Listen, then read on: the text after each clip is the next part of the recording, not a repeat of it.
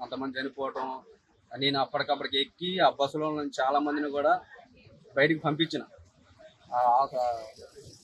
అంబులెన్స్లు వస్తే అసలు బెడ్ల మీద పంపించి చేసి నేను నా సొక్క కూడా బెడ్ ఉంటే మా అమ్మ ఇంటికి కూడా పెట్టాడుతో నా సొక్క మధ్యలో పడేసి వచ్చాను. ఆ సొక్క కూడా ఈ మధ్యలో పడేసి తీసుకొచ్చి ఇప్పుడు సొక్క మార్చుకొని వచ్చాను నేను. నా కట్టుగా 4 జరిగింది. 4 జరిగి అంతగానో ఘోరం జరిగింది.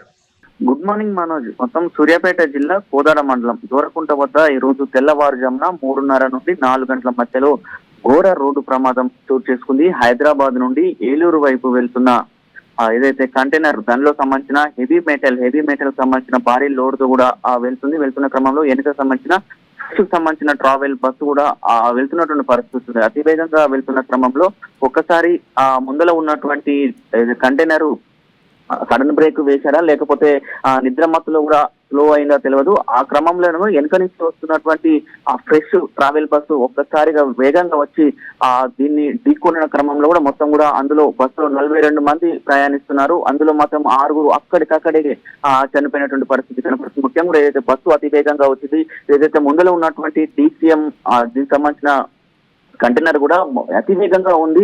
దానికి తోడు అతను ముందల సడన్ బ్రేక్ వేయడమా లేకపోతే స్లో అయింది. ఎప్పుడైతే ముందల వెహికల్ అయితే స్లో అయిందో ఆ స్లో అయిన క్రమంలో వెనక నుంచి వచ్చినటువంటి ఫ్రెష్ సంబంధించిన ట్రావెల్ బస్సు వేగంగా వచ్చి ఢీకొండలో మొత్తం అందులో 6 చనిపోయారు. మిగతా మంది చాలా మందికి తీవ్ర గాయాలైనటువంటి సుమారు 15 మందిని కోదాడ ఆసుపత్రికి తరలించి కూడా చికిత్స అందిస్తున్న పరిస్థితి ఉంది. వాళ్ళకు చాలా వరకు దెబ్బలు తగినటువంటి పరిస్థితి, కొంతమందికి కొంచెం ఇంజురీస్ ఎక్కువ ఉన్నటువంటి పరిస్థితి, వాళ్ళకు కూడా చికిత్స అందిస్తున్న పరిస్థితి. అందులో కూడా కొంతమందికి కొద్దిగా సీరియస్ గా ఉందని కూడా వైద్యులు చెప్తున్నటువంటి పరిస్థితి ఉంది.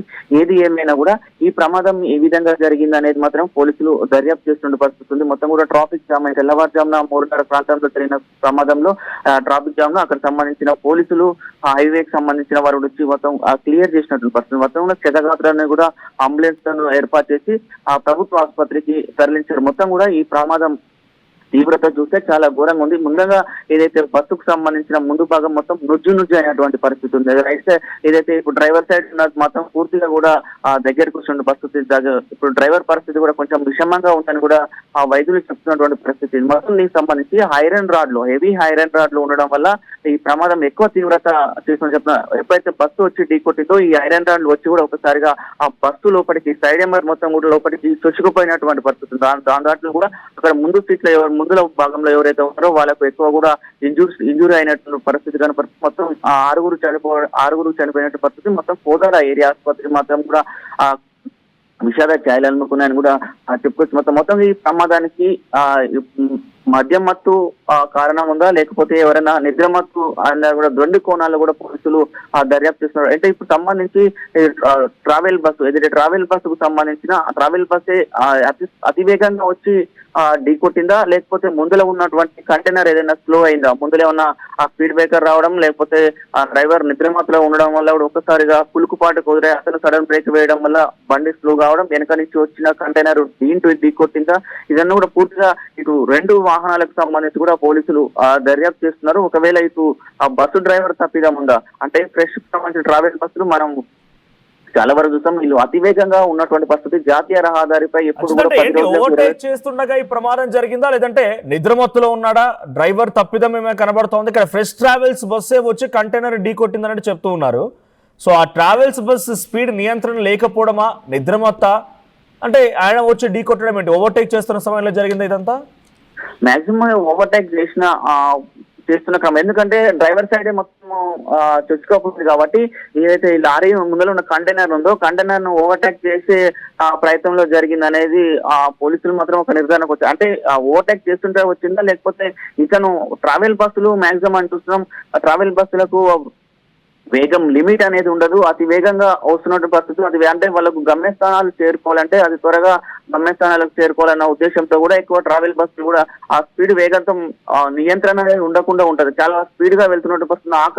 ఆ సందర్భాలలోనే చాలా ప్రమాదాలు చోటు ఇలాంటి రోడ్డు ప్రమాదాలు చాలా చూస్తున్నాం. చాలా వరకు కూడా చాలా ప్రమాదాలు కూడా చూస్తున్నాం. దానిలో భాగంగానే ఇది కూడా అట్లా జరిగిందా లేకపోతే డ్రైవర్ స్పీడా లేకపోతే నిద్రమత్త మద్యమత్త అనేది పూర్తిగా కూడా దర్యాప్తు చేస్తున్న పరిస్థితి కనపడుతుంది. మొత్తం సంబంధించిన లోపల వాళ్ళు మాత్రం అందరూ నిద్రమత్తులో ఉన్నటువంటి పరిస్థితి. ప్రయాణికులు నిద్రమత్తులో ఉన్నట్టు వారు ఒక్కసారిగా యాక్సిడెంట్ కావడంతో వెనక ఉన్న వాళ్ళందరూ వచ్చి కూడా ముందలకి పడడం, ఆ ముందల సీట్ల మీద పడడంతో కూడా మొత్తం కూడా చాలా వరకు ఇంజూరీస్ అయినటువంటి పరిస్థితి కనపడుతుంది. మొత్తం దీనికి సంబంధించి పోలీసులు మాత్రము దర్యాప్తు వేగవంతం చేసినటువంటి పరిస్థితి కనపడుతుంది. ఎట్లా మరణించిన వాళ్ళ వివరాలు ఏమైనా తెలుస్తున్నాయా? ఎక్కడి నుంచి వచ్చారు వాళ్ళు, వాళ్ళ డీటెయిల్స్ ఏంటి? ఇప్పుడు దీనిపైన ఫ్రెష్ ట్రావెల్స్ బస్ ఏదైతే ఆ యాజమాన్యం ముందు వాళ్ళ రియాక్షన్ ఏంటి?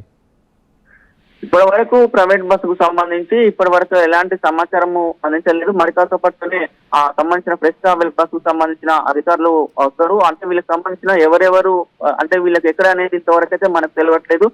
అంటే వీళ్ళు బుక్ చేసుకునేటప్పుడు వాళ్ళకి సంబంధించిన ఆధార్ నెంబరు, ఫోన్ నెంబర్ తయారు ఉంటాయి. ఇప్పుడు పైన అక్కడి నుంచి అధికారులు వస్తే ఎవరైతే హైదరాబాద్ లో బుక్ చేసుకున్నప్పుడు సంబంధించిన అక్కడి నుంచి ఒక లిస్ట్ వస్తే ఆ లిస్టు ప్రకారం పోలీసులు సేకరిస్తున్న పరిస్థితి కనపడుతుంది. ఎవరెవరు ఉన్నారు, ఎవరి కుటుంబ సభ్యులకు కూడా సమాచారం ఇవ్వాలి ఉద్దేశం కాబట్టి వాళ్ళందరినీ కూడా ఆ కాంటాక్ట్ తీసుకొని కూడా కుటుంబ సభ్యులకు కూడా ఆ సమాచారం చేరవేస్తున్న పరిస్థితి. మరికొద్ది సేపట్లోనే మరికొద్ది గంటల్లోనే కుటుంబ సభ్యులు కూడా ఇక్కడ కోదాడ హాస్పిటల్ కు వచ్చే అవకాశం ఉంది. కాకపోతే ఈ ప్రమాదం హెవీగా జరగడం వల్ల కూడా చాలా మందికి ఇంజూర్స్ అయినాయి కాబట్టి మళ్ళీ ప్రమాద తీవ్రత ఎక్కువ ఉండే అంటే మృతుల సంఖ్య పెరిగే అవకాశం ఉండొచ్చు అని కూడా వైద్యులు చెప్తున్న పరిస్థితి కనపడుతుంది. కొంతమందికి సీరియస్ గా ఉంది, వాళ్ళకి ట్రీట్మెంట్ చేస్తున్న అవసరం అయితే హైదరాబాద్ కు పంపించడానికి కూడా చర్యలు తీసుకుంటామని కూడా వైద్యులు చెప్తున్న పరిస్థితి కనపడుతుంది. ఏది ఏమైనా ప్రమాదం మాత్రం చాలా తీవ్రంగా ఉన్నప్పుడు అక్కడ చూస్తే ఆ ప్రదేశంలో చూస్తే మాత్రం చాలా ఇబ్బందికరంగా ఉన్నటువంటి పరిస్థితి కనపడుతుంది. చాలా అర్థనాదాలు పెట్టినటువంటి పరిస్థితి. అక్కడ కొంతమంది అందులో ఉన్నటువంటి కొంతమంది వాళ్ళు మేల్కొని సహాయక చర్యలు కూడా పాల్గొన్నటువంటి పరిస్థితి కనపడుతుంది. మనకు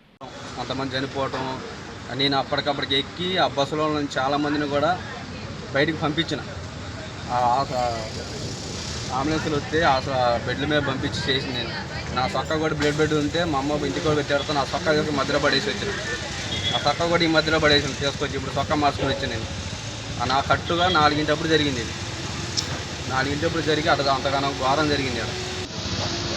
ఈ రాడ్లు అనేవి తగిలి చేయించేవి దాన్ని చేను ఉన్నాయి కదా సార్ కాకుండా ఏం చేసిందంటే ఆయన బస్సు ఆయన ఇక్కడ తగిలి ఆయన చేత రాడ్ లోపల ఆగి ఉన్న లారీనా లేకుంటే వెళ్తుందా లారీ స్లో ఆగలేదు సార్. లారీ కూడా